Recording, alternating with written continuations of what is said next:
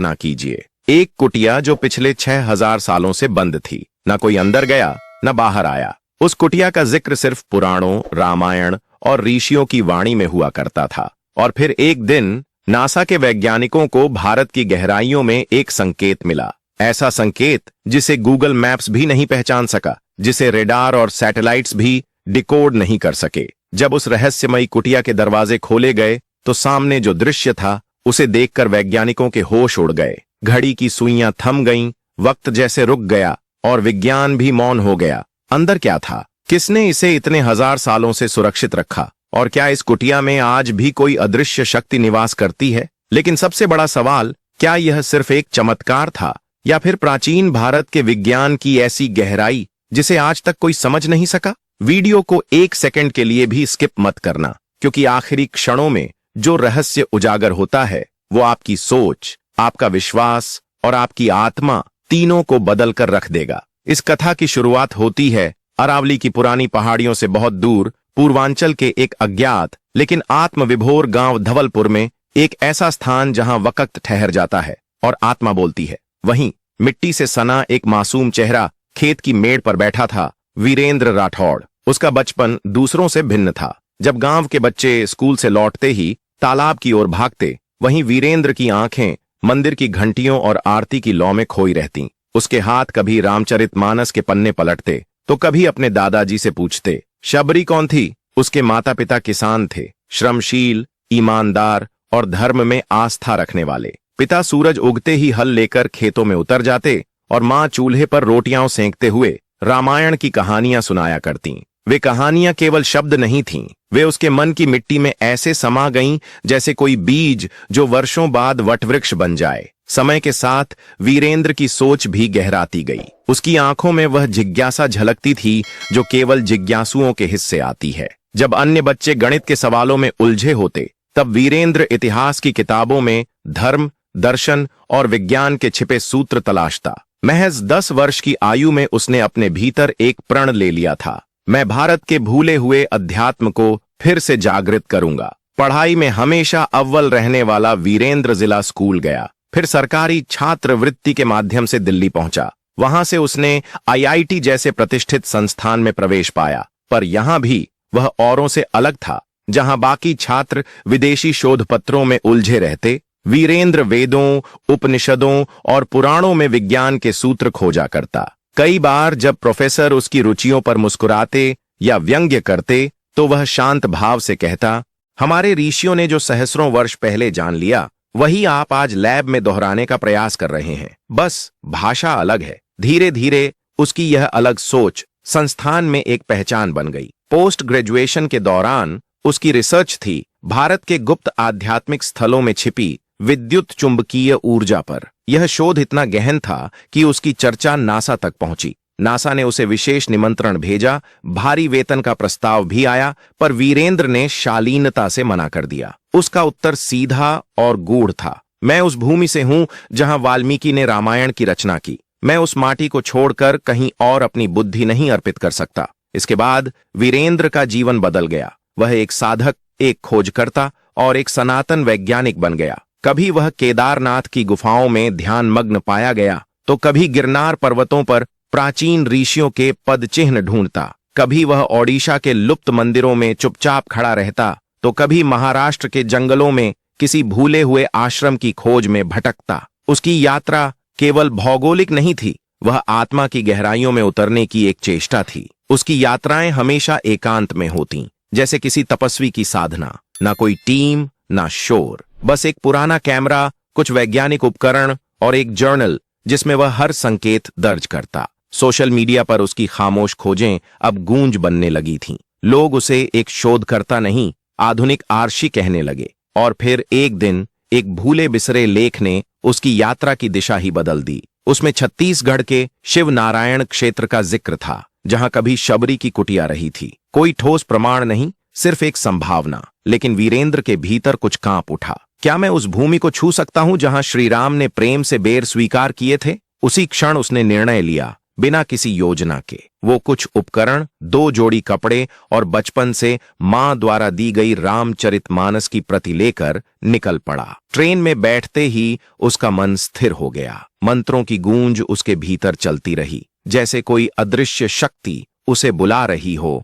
शिवनारायण गांव साधारण सा दिखता था, लेकिन उसकी खोजती नजरें थकी नहीं थीं। वह बुजुर्गों से मिला, आदिवासी लोकगीतों में शबरी की छाया खोजी। किसी ने कहा, यहां कभी एक तपस्विनी थी शबरी। कोई रास्ता नहीं बचा था, पर जहां प्रमाण चुप होते हैं वहां आस्था बोलती है। एक सुबह वह अकेले जंगल में चल पड़ा। रास्ता कठिन था, कांटे, फिसलन, भूख, लेकिन उसकी मां की आवाज भीतर गूंजती रही। जैसे शबरी की भक्ति ने राम को खींचा, वैसे ही तेरी तपस्या तुझे मंजिल तक ले जाएगी। 7 दिन बाद थके पैरों, उलझी दाढ़ी और छाले भरे कदमों के साथ वह एक चट्टानों के बीच रुका। हवा में कुछ अलग था, एक अजीब सी शांति, एक सूक्ष्म कंपन। झाड़ियों के पीछे जमीन असामान्य लग रही थी। उसने कांटों को हटाया, झाड़ियां साफ कीं, हाथ लहूलुहान हो गया, लेकिन उसके भीतर कुछ जाग उठा। वहां एक छिपी हुई गुफा का मुंह था, जैसे समय ने उसे छुपा रखा हो। धड़कनें तेज थीं।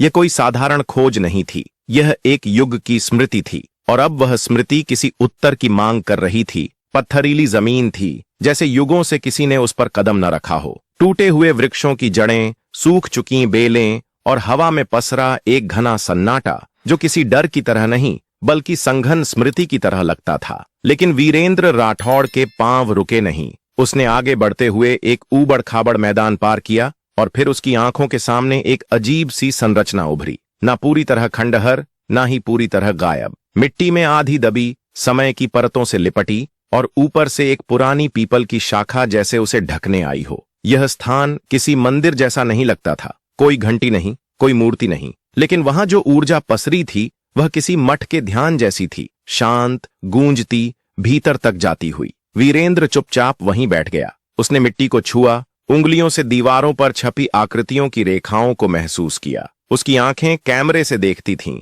लेकिन मन मानो किसी और काल में पहुंच चुका था। कुछ ही देर में उसने अपना पूरा सेटअप तैयार कर लिया। GPS, EMF detector, thermal scanner और एक खास उपकरण जिसे उसने खुद डिजाइन किया था, स्पिरिचुअल फील्ड रिकॉर्डर। यह यंत्र उन अदृश्य ऊर्जा तरंगों को पकड़ता था जो सामान्य विज्ञान के दायरे से परे थीं।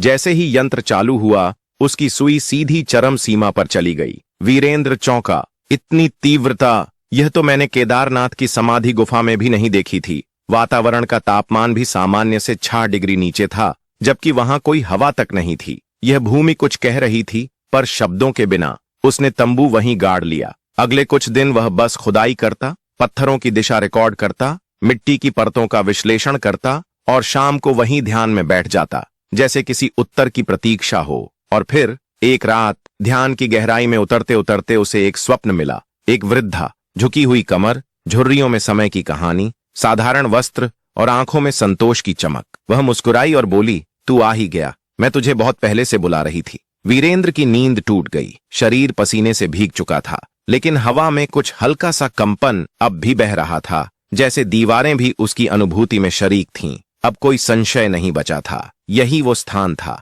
जहां शबरी ने प्रतीक्षा की थी, जहां राम ने प्रेम से बेर स्वीकार किए थे, जहां इतिहास अब भी धड़कन की तरह जीवित था। उसने अगले दिन अपने सोशल मीडिया चैनल पर एक पंक्ति पोस्ट की, मैं वहां हूं जहां भारत का हृदय अब भी धड़क रहा है, बस सुनने वाले कान और समझने वाली आत्मा चाहिए। वो पोस्ट जैसे आग बनकर फैल गई। वीडियो वायरल हुआ, लाखों लोगों ने देखा। लोगों ने इसे सिर्फ खोज नहीं, एक सनातन संकेत माना। और इस बार नजरें केवल भारत से नहीं थीं। नासा ने चुपचाप संपर्क साधा। वे पहले से ही वीरेंद्र की रिसर्च ट्रैक कर रहे थे, लेकिन अब मामला गहराता जा रहा था। कुछ ही दिनों में भारत सरकार को एक विशेष निवेदन मिला। हम एक विशिष्ट क्षेत्र में विद्युत चुंबकीय और भूगर्भीय परीक्षण करना चाहते हैं।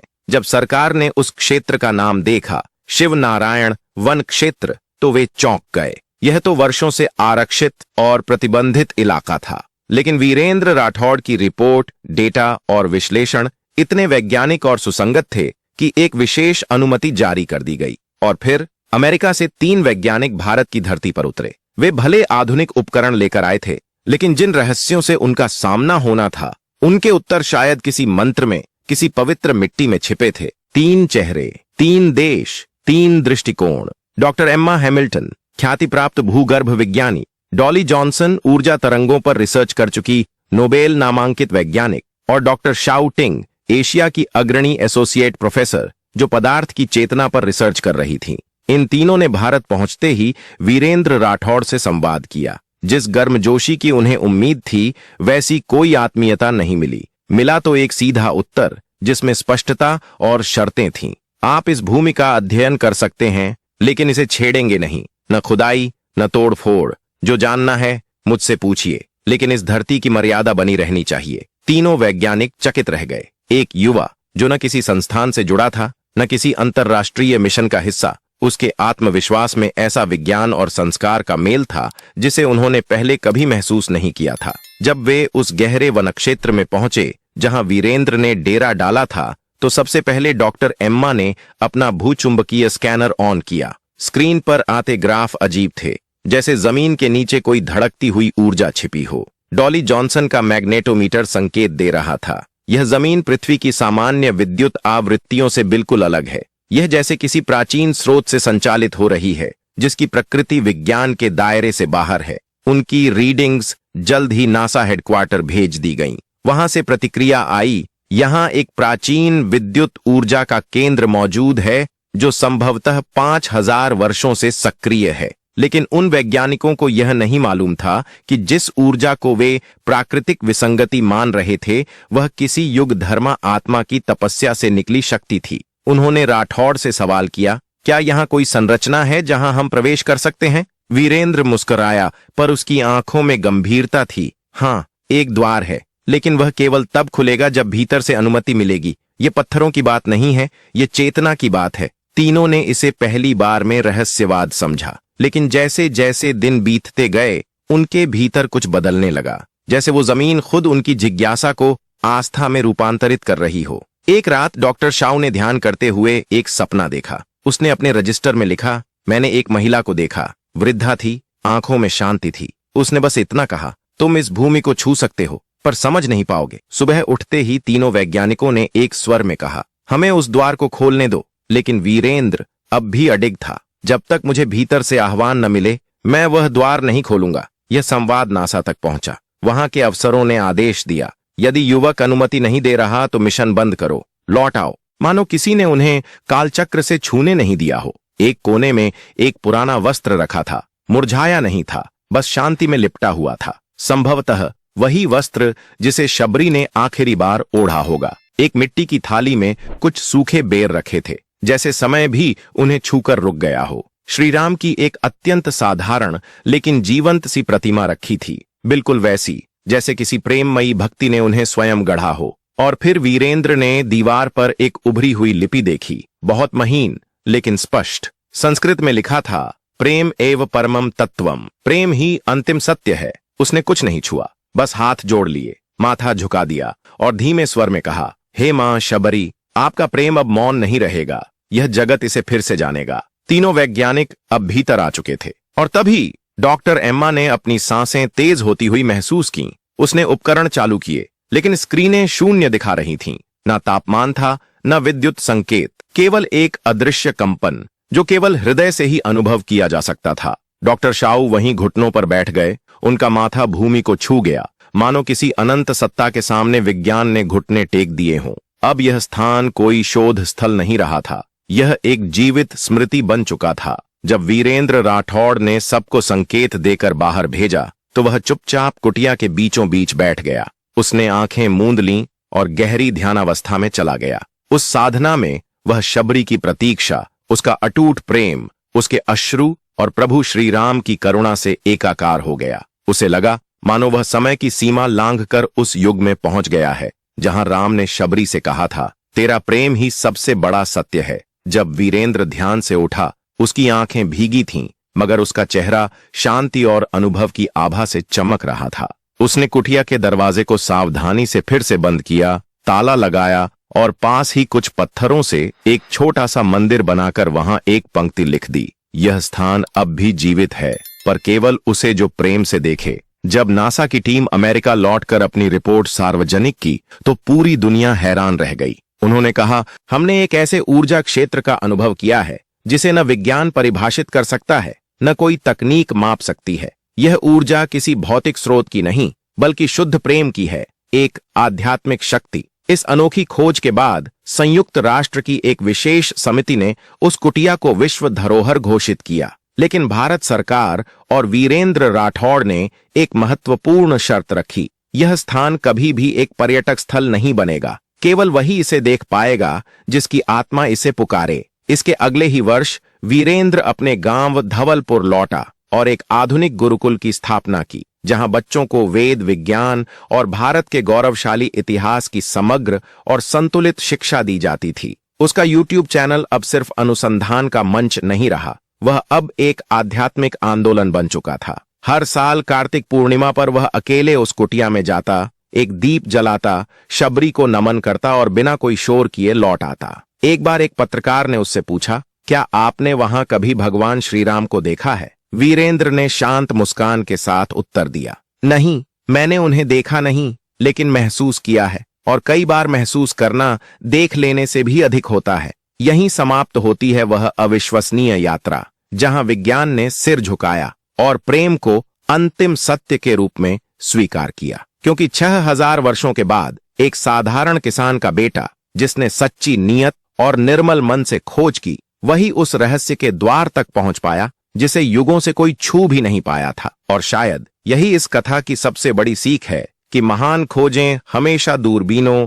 नक्शों या प्रयोगशालाओं से नहीं निकलती। वे जन्म लेती हैं मौन तपस्या में, प्रेम की निर्मलता में और उस आंतरिक पुकार में जिसे केवल मन की गहराइयों में सुना जा सकता है। कोई जगह तभी पवित्र होती है जब वहां जाने वाला हृदय पवित्र हो। कोई प्रमाण तभी प्रकट होता है जब खोज विश्वास से की जाए। वीरेंद्र की यात्रा इस युग को याद दिलाने आई थी कि आस्था और विज्ञान कोई दो विपरीत ध्रुव नहीं, बल्कि एक ही सत्य की दो दिशाएं हैं। एक बाहर की ओर जाती है और दूसरी भीतर की ओर। जब मन संदेह से मुक्त होता है और हृदय केवल देने को तत्पर होता है, तब कोई भी युग, कोई भी सत्य खुद को प्रकट कर देता है। और तब हम पाते हैं कि सबसे महान चमत्कार वही होता है जो भीतर घटता है, नयन मूंद कर, अंतःकरण खोलकर। अगर आपने इस वीडियो को यहां तक देखा है तो ये सिर्फ एक कहानी नहीं बल्कि एक अनुभव बन चुका है। शबरी की प्रतीक्षा, श्री राम का प्रेम और वीरेंद्र की तपस्या,